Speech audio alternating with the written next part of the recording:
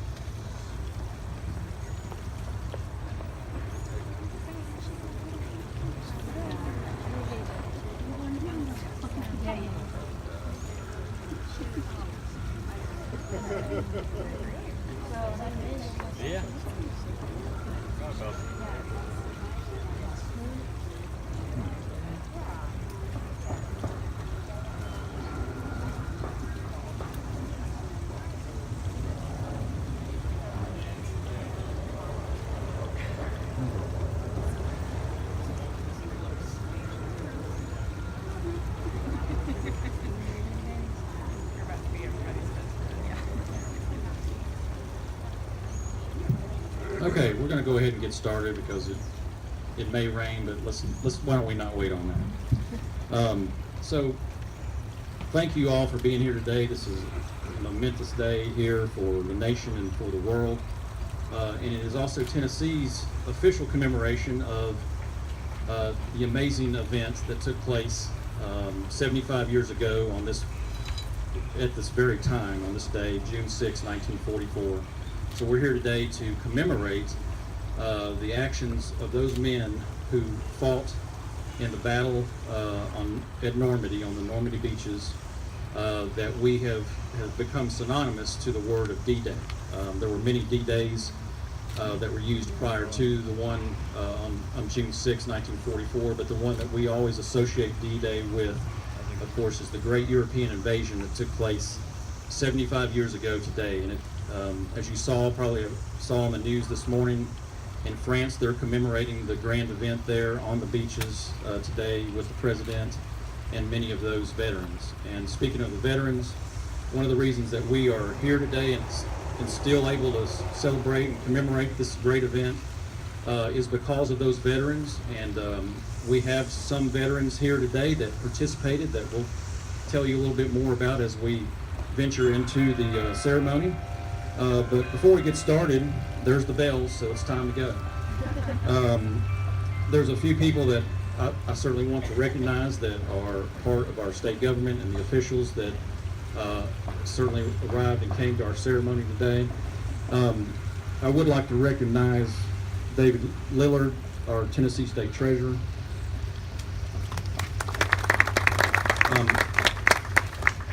Ms. Courtney Rogers, the Commissioner of Veterans Affairs. Ann McGarren, our State Architect. Ashley Howell, our Executive Director of the Tennessee State Museum. Chuck Sherrill. Chuck, are you here? Okay, Chuck's not here yet. Patrick McIntyre. Patrick, are you around? Patrick's our Director of the Tennessee Historical Commission. Ann Toplovich. These are all RSVPs, but I'm looking for them. And also our former Deputy Speaker of the House and former Chairman of the Tennessee State Museum, Steve McDaniel. Mr. McDaniel, I'm not seeing him yet. They may still be parking. And also, I want to point out that today we have a lot of servicemen that you see are around, specifically from the United States Navy to our left. I would like to acknowledge the current commanding officer of the USS Tennessee, who is here this week for Navy Week to join us, and that is Mr. Commander Paul Seitz.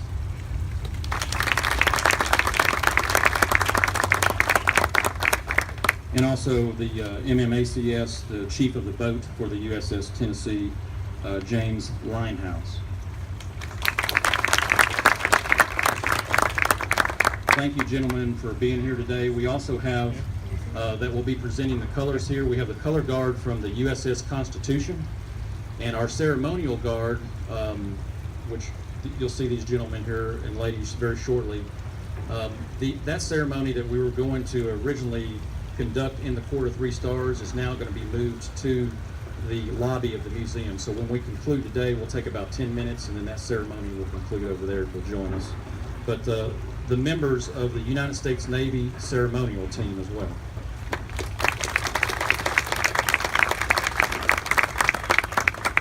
And of course, our most distinguished guests today are two veterans that we have here in our presence, two World War II veterans that I want to recognize specifically.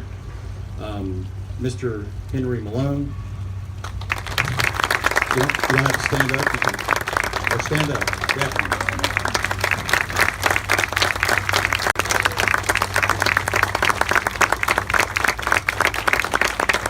And Mr. Jerry Neal. Gentlemen, we are here today because of your service, and we cannot thank you enough for everything that you did for all of us as citizens, as American citizens during that great tragic war. And personally, from myself and all of us here today, we thank you from the bottom of our hearts for your contributions and your sacrifice. Thank you very much.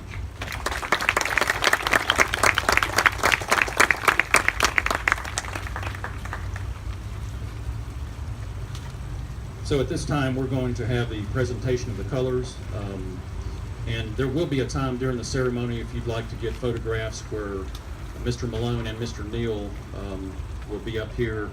That'll be a good time, and I'll let you know of that part in the ceremony if you'd like to get photographs. But at this time, we're going to go ahead and present the colors, which will be presented by the color guard of the USS Constitution. So if everybody would please stand.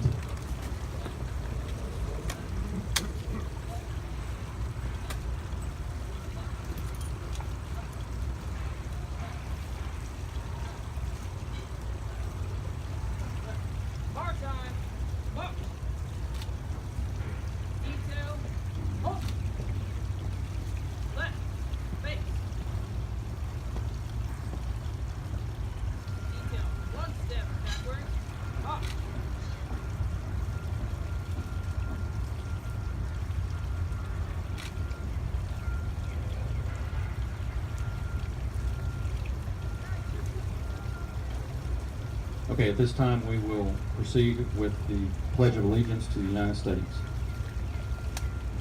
I pledge allegiance to the flag of the United States of America, to the republic for which it stands, one nation, under God, indivisible, with liberty and justice for all. You may be seated.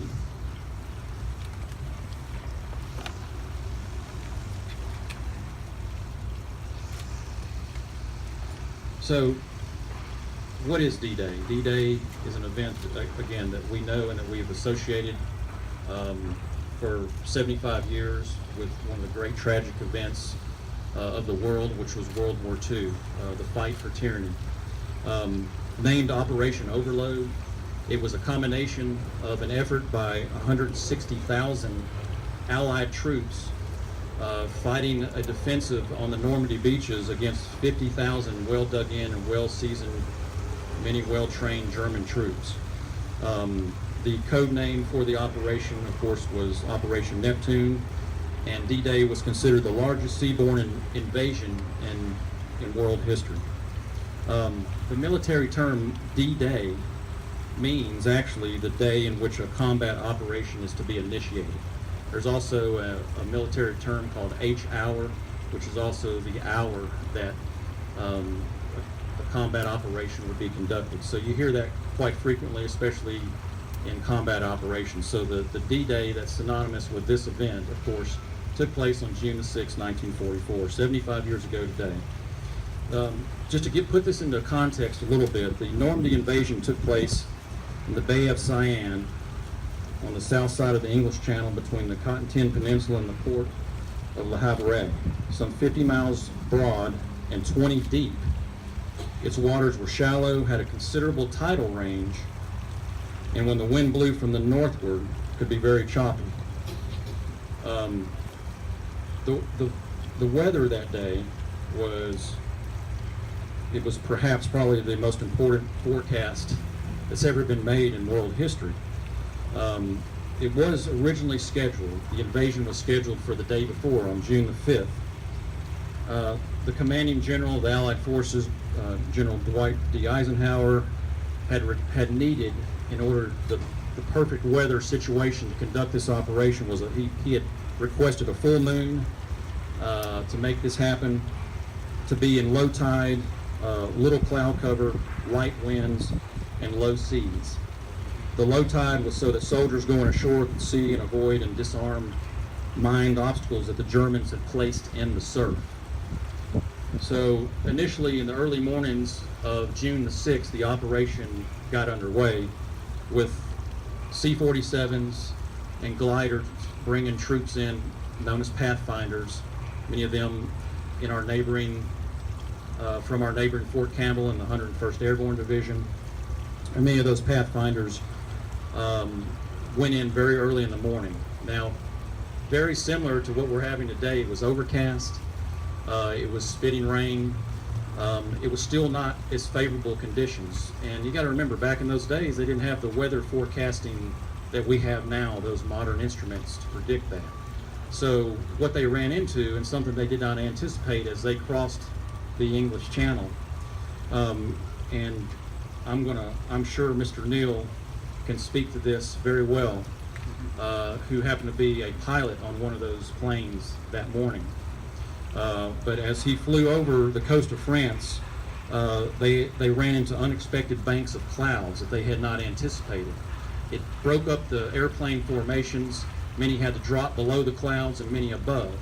And prior to that, the Allies had dropped beacons to allow them to see where these men would be dropped. And a lot of those beacons could not be identified. So therefore, many of those paratroopers were scattered all over the country away from their original drop zones. So the planned landing beaches covered about 45 miles of the bay's shoreline. Westernmost was called the Utah area, stretching 8 miles southward along a low-lying southeastern coast of the Cottonton Peninsula. Directly to the east was Omaha area, covering 12 miles of generally hilly terrain. The United States forces were assigned to take both of those areas, with important assistance from the navies of Great Britain and other allies, including Canada. British and Canadian troops would then assault areas codenamed Gold, Juno, and Sword, which ran 20 miles eastward from Omaha. This sector ended at the mouth of the Orne River, some 15 miles west of Le Havre, where the German Navy based a group of potentially very dangerous torpedo boats. So the actual landing beaches occupied a fraction of the width of each area. So you've got basically 5 beaches. You've got Sword, Gold, and Juno, and then where the Americans went in on Omaha and Utah Beach. And after the ceremony ends today, take advantage of talking to Mr. Neal, who saw those beaches. He told me earlier that when he flew over those beaches, he could see the flotilla and the cloud cover and the German guns really wreaking havoc on those boats. And I believe, sir, you flew over about 6 a.m. that morning, is that correct? So while that was taking place, you had men that were dressed like Tim down here going in on first, second, third, fourth, fifth waves of troops going in on the beachhead. So as that progressed, the landing craft moved in, and the waves were 5 to 6 feet high in mid-channel. And with the wind to their backs, some were swamped, some of the boats were swamped and wrecked. One important note, the first wave had brought in initially 32 tanks to get into the beachhead, and on Omaha Beach that day, 28 of those were wrecked and sunk out in the channel. By the end of it, a lot of numbers are still debated today. We do know that the official accounting of the Allies that were killed at D-Day on June 6 equaled some 4,414 men. That's 2,500 Americans and a little over 1,900 combined British and Canadian estimates, soldiers. It is estimated that it was still estimated that many were unaccounted for because so many were actually killed and died in the ocean, in the surf, and then they were taken out to sea. And the United States Army counted for those men as being missing in action for an entire year until that year was up, until July 7th, 1945. That's when they were officially accounted for as dead. So to this day, historians are still trying to figure out exactly how many casualties died as a result of the battles at Normandy that day. So that hopefully gives you a little bit of context. There's so much more to that story. I challenge everybody to take advantages of the activities that are going on around television and the news today, and learn from these veterans by talking to them about what they experienced, not only at D-Day, but also in the Pacific, where Mr. Malone was on an LSM boat that saw a tremendous amount of battle as well. And you can see some of those images sketched on the lithographs, the monuments throughout this memorial. So at this time, I would like to invite up my friend and chief curator and historian of the Tennessee State Museum, Dan Pomeroy. He's going to talk to you all just a little bit about Tennesseans at D-Day and some of the contributions that they made. So Dan?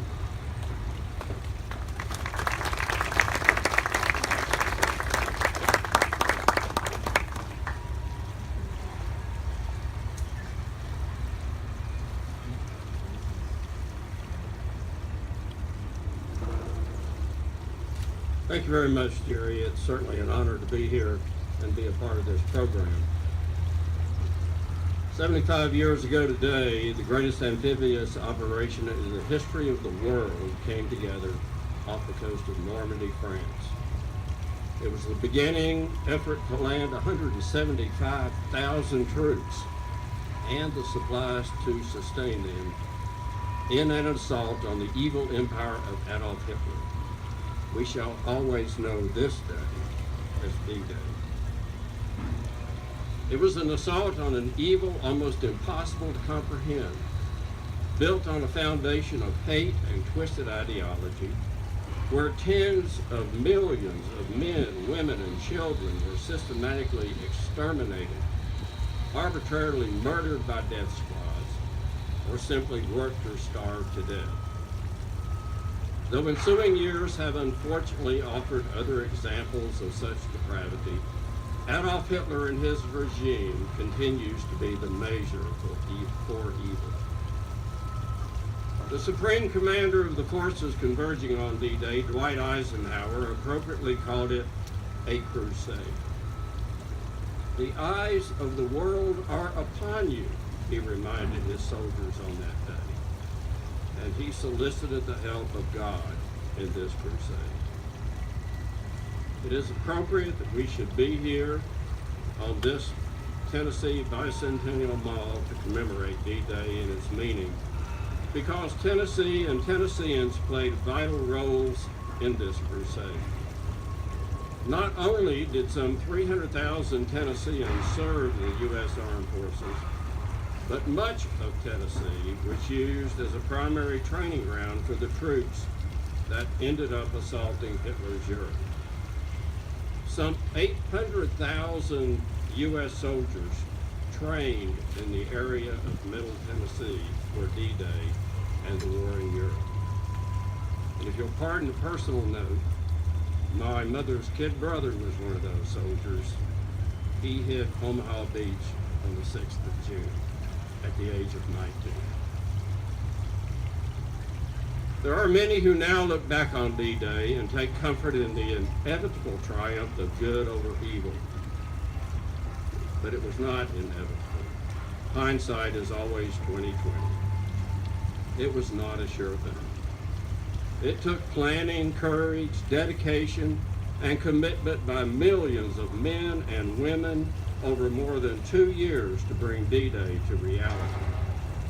And those who hit the beaches or dropped behind enemy lines on that day epitomized that resolution which brought success. I'm pleased to see that we have a costume reenactor here who represents those soldiers on D-Day. Ernie Pyle, the famed World War II journalist, was there. Quote, men were killed as they stepped out of their landing craft, and some simply drowned. but he noted that the resolve shone through. Quote, units were so battered and went through such hell that they are still pushing on without rest. That is the spirit that brought victory on D-Day and beyond.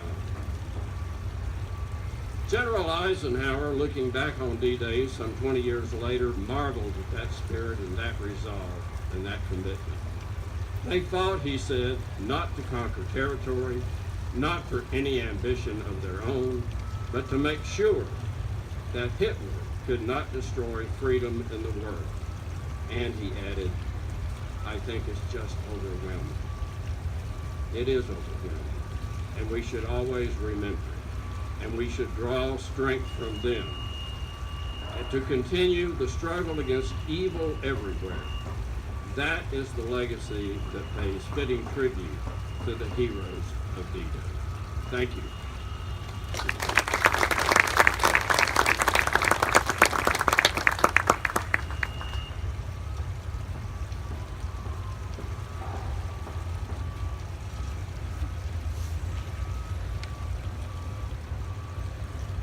Okay, so at this time, as I mentioned, our main stars of today's show, of course, are our two veterans.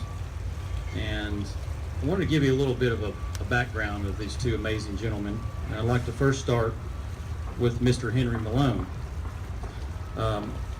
Mr. Malone served in the United States Navy. He entered the service on January 28, 1944 at the ripe age of 18. Through selective service. Received his amphibious training in Virginia and assigned to a commissioned ship, the LSM 283. From that point, after receiving his initial training, he sailed from the east coast of the United States through the Panama Canal, up the west coast, and arrived at Pearl Harbor, Hawaii on July the 14th, 1944. So from that point, Mr. Malone left Pearl Harbor and sailed to a multitude of ports throughout the Pacific, throughout the South Pacific, through various islands, including the island of Guam. After the two bombs were dropped by the United States on Japan upon the cities of Nagasaki and Hiroshima in August of 1945, Mr. Malone was part of, with the LSM 283, the boat that transported the first group of Marines onto shore at Sasebo, Japan. LSM 283 then sailed to Shanghai, China, to Okinawa and to the Marcus Islands, and then back to Pearl Harbor, where over a year later he arrived back at San Pedro, California, where he arrived there on May 7th, and a month later in June he was discharged from service. So Mr. Malone, it's a fantastic honor to have you here today, and everything that you did in the Pacific Theater. Even though this is D-Day and we're commemorating that day, it's not short-minded for 1 second that there was a whole nother war, everyone, that was going on in the South Pacific. A brutal, treacherous, incredible fight that was happening amongst many Marines and Army servicemen and Navy men in that theater of war. And sir, I respect everything that you did there, and want to thank you from the bottom of my heart for your contributions. So once again, Mr. Henry Camp Malone.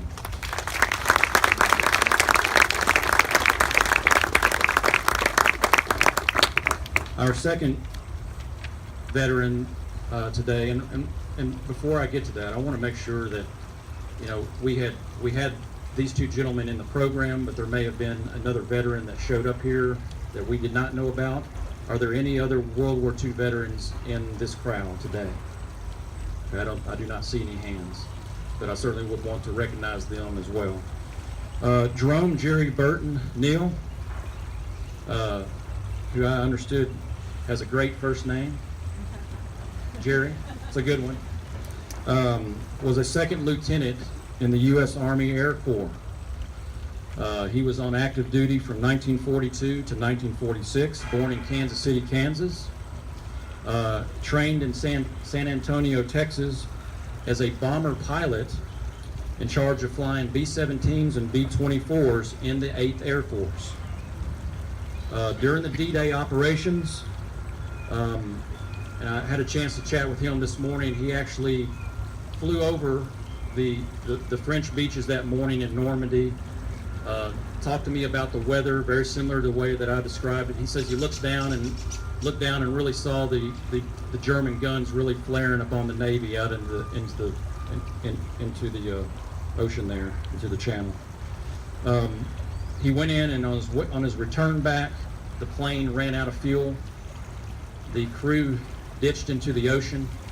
A lot of the men that he was carrying, 3 of them went down with the plane, including going down with Mr. Neal. They crash landed in the English Channel, and miraculously were picked up by a British civilian in a rowboat, who picked them up and rowed them into safety. So Mr. Neal, of course, from that act was awarded the Distinguished Flying Cross. And if you don't know what that is, the Distinguished Flying Cross is awarded for heroism and an extraordinary achievement while participating in an aerial flight subsequent to November 11th, 1918. So from 1918 on, during his service, he was awarded this medal for that particular feat. So Mr. Neal, I want to thank you too, along with Mr. Malone, for your contribution. Also here today as a witness to D-Day, I'm sure there'll be a lot of people that want to talk to you today and hear some of those anecdotes that you saw and witnessed that day. I do understand from talking to him, the description I gave you earlier about the weather was very similar to what we're experiencing right now. So at this time, with our veterans recognized, I'd like to call up to the podium our Commissioner of Veterans Affairs, Ms. Courtney Rogers, where she has a few things that she would also like to add to that, and a couple of awards that she would like to announce. So, Commissioner Rogers.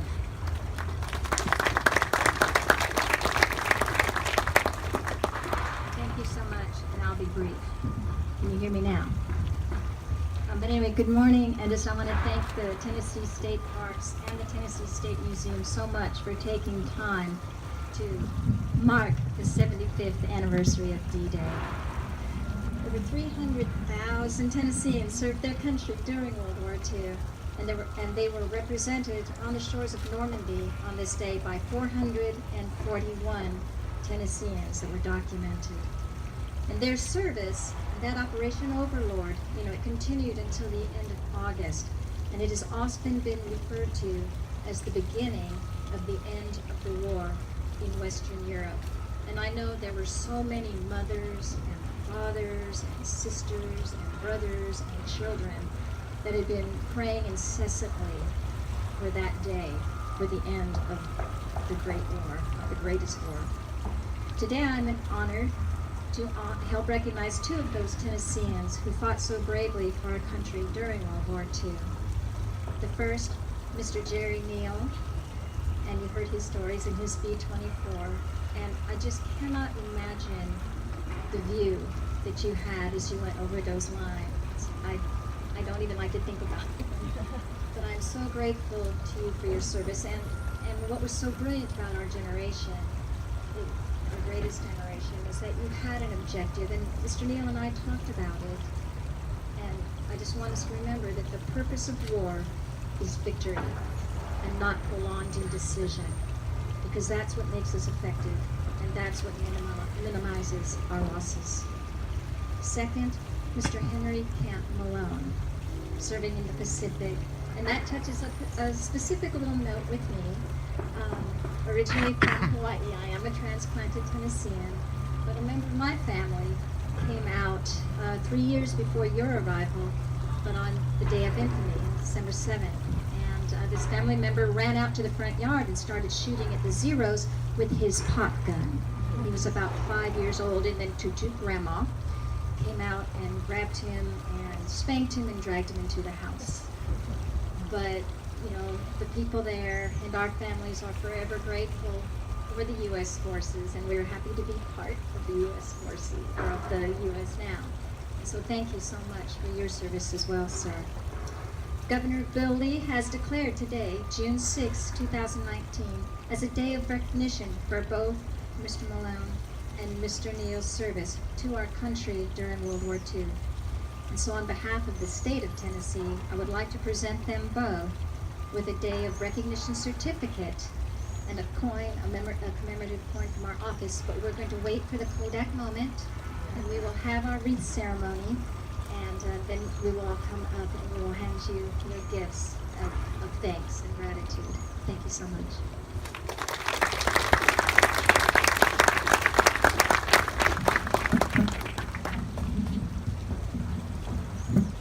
So at this part in our ceremony, we are going to go ahead and traditionally the laying of wreaths go back to Greek era till hundreds and thousands of years ago, and that tradition has continued, for ceremonies of pomp and circumstance. And the circumstances of this day and this event, of course, certainly warrant the presentation of a floral wreath, and of course the wreath that we are presenting today, of course, is designated by the colors of America, which are red, white, and blue. And conducting the laying of the wreath today is going to be our U.S. Navy Ceremonial Guard member, who at this time will now bring up and present the wreath. And Mr. Malone and Mr. Neal, once he arrives up here, I'd like to ask the two of you to stand. And for anybody in the crowd that would like to get photographs for this moment, this would certainly be a good one. And we'll ask you to just stand for a brief moment where we'll make a presentation to you. So at this time, I'd like to ask a member of the U.S. Navy Ceremonial Guard to please present at the laying of the wreath.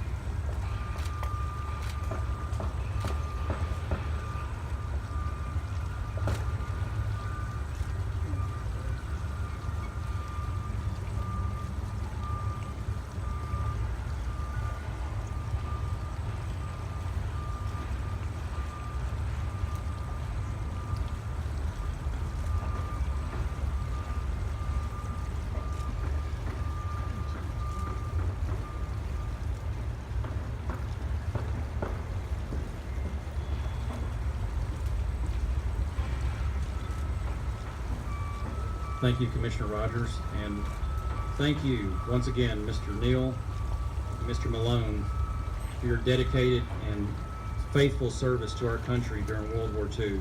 Please, at one time, let's give these gentlemen a complete round of applause.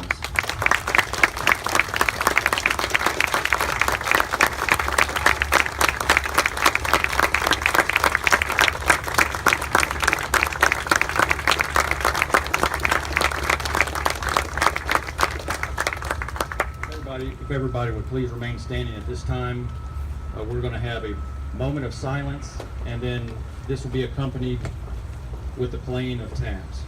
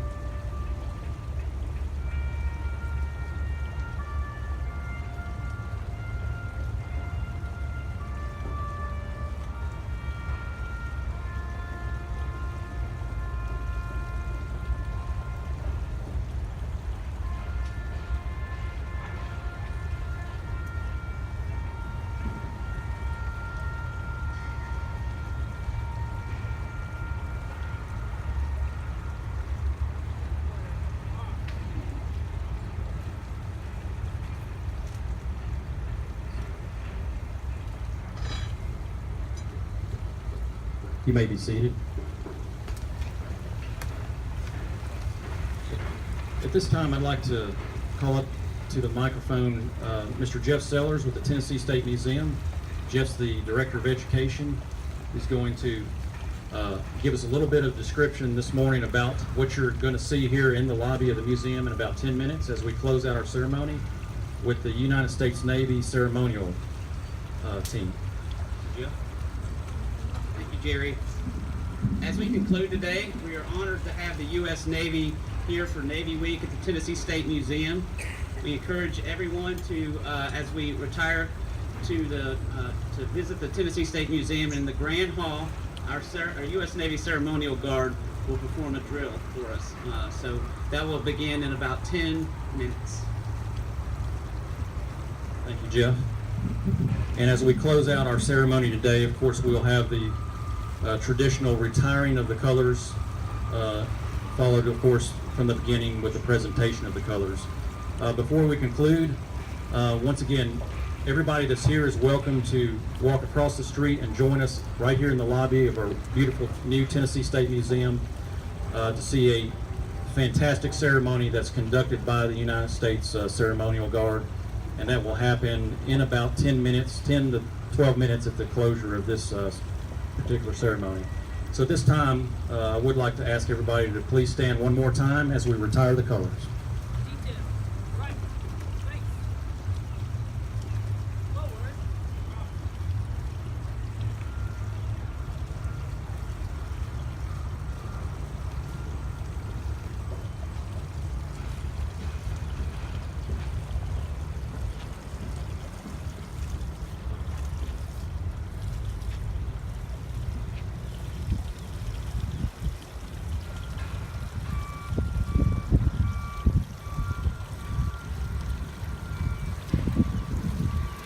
This officially concludes the ceremony today here in the memorial. I do want to point out one thing, that a month from now, on July the 12th and 14th, we will have a 75th anniversary World War II commemorative event for all theaters. We'll have reenactors here. We'll have women that participated in the war from both theaters of the war, and that'll be going on here at this memorial on both sides. So we certainly invite you all out to attend.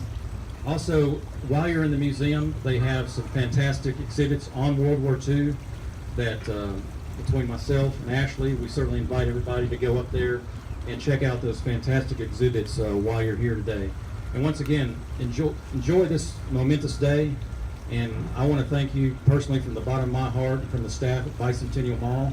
And last but not least, I wanted to recognize, since we're in the middle of summer, the blue-shirted children that were here today that handed you the program are our junior rangers. And I want to thank our junior rangers that are here today, the youth that got to participate in this ceremony and actually got to meet and see some of these veterans in their life. So let's give them a hand, please.